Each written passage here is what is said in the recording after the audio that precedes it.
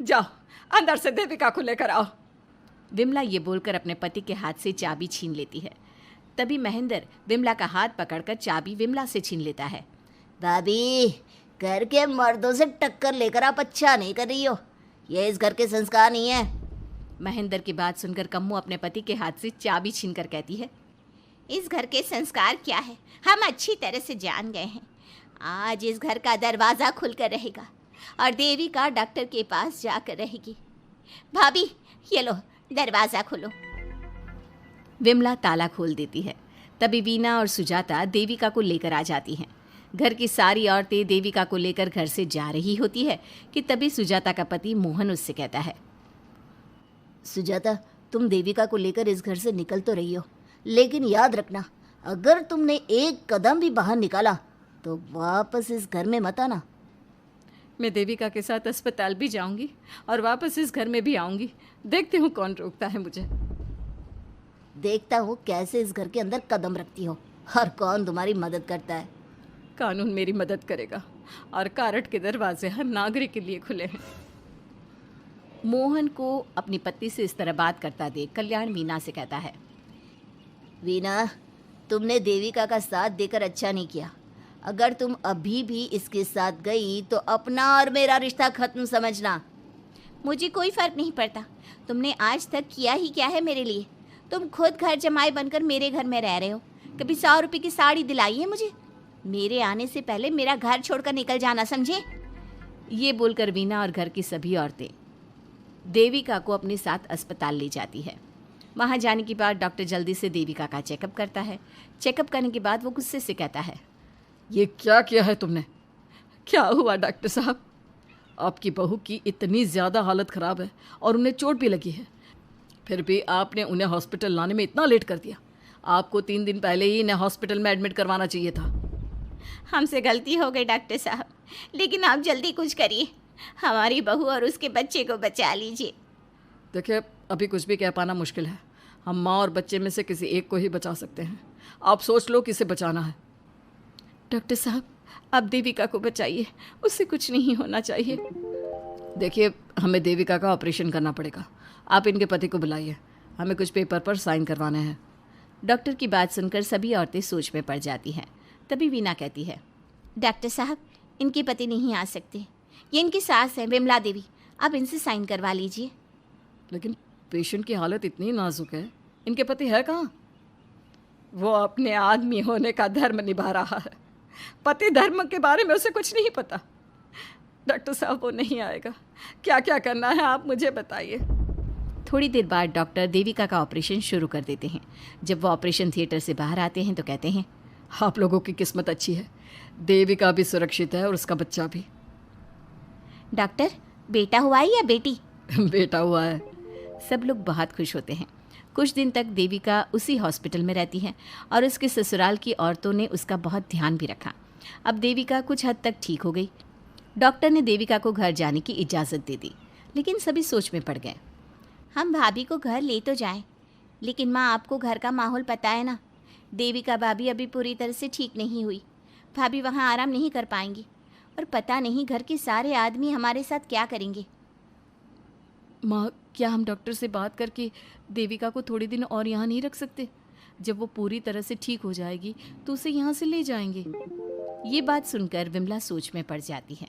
तभी कम्मो कहती है, तुम दोनों ठीक कह रही हो, मैं अभी डॉक्टर से बात कर लेती हूँ। कम्मो डॉक्टर से बात कर लेती है और देविका कुछ दिन में बिल्कुल ठीक हो जाती है। देविका अपने बच्चे को गोद में लिए बाकी औरतों के साथ अपने ससुराल जाती है, लेकिन घर के सभी आदमी उन्हें दरवाजे पर ही रोक देते हैं। खबरदार, तुम में से कोई भी औरत अगर घर के भीतर घुसी, अगर तुम घर में कदम रखोगी तो घर अपवित्र हो जाएगा।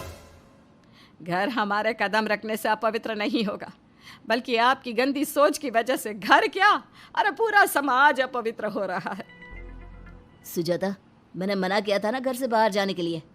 अब एक काम कर, जैसे यहाँ आई है वैसे ही यहाँ से सीधा अपने मायके लौट जा।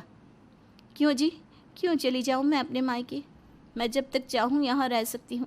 अगर आपने मुझे इस घर में आने से रोका तो मैं आपकी पुलिस में शिकायत कर दूँगी। वीना, इन सब की तरह तुम्हारा भी दिमाग खराब हो गया है। अब मैं तुम्हें बिल्कुल बर्दाश्त नहीं करूँगा। तुम्हें ऐसी सजा दूंगा कि तुम याद रखोगी। सजा बाद में देना, पहले मेरे घर से बाहर निकलो। खुद पूरी जिंदगी में एक घर नहीं खरीद पाए और मुझे सबक सिखाने की बात बोल रहे हो। देखो बिना, तुम इस घर की बेटी ज़रूर हो, लेकिन कल्याण इस घर में ही रहेगा। उसने बहुत कुछ किया है इस घर के लिए, लेकिन तुम अब यहाँ नहीं रह सकती। क्यों नहीं रह सकती? इस घर पर मेरा उतना ही हक है जितना सचिन का। देश के कानून ने मुझे ये हक दिया है। अगर मैं चाहूँ तो कोर्ट का सहारा लेकर इस जायदाद का आधा हिस्सा ले सकती हूँ। और हाँ कल्याण, तुमसे तलाक भी ले सकती हूँ। वीना, देविका के साथ रह रहकर तुम्हारा दिमाग भी खराब हो गया है।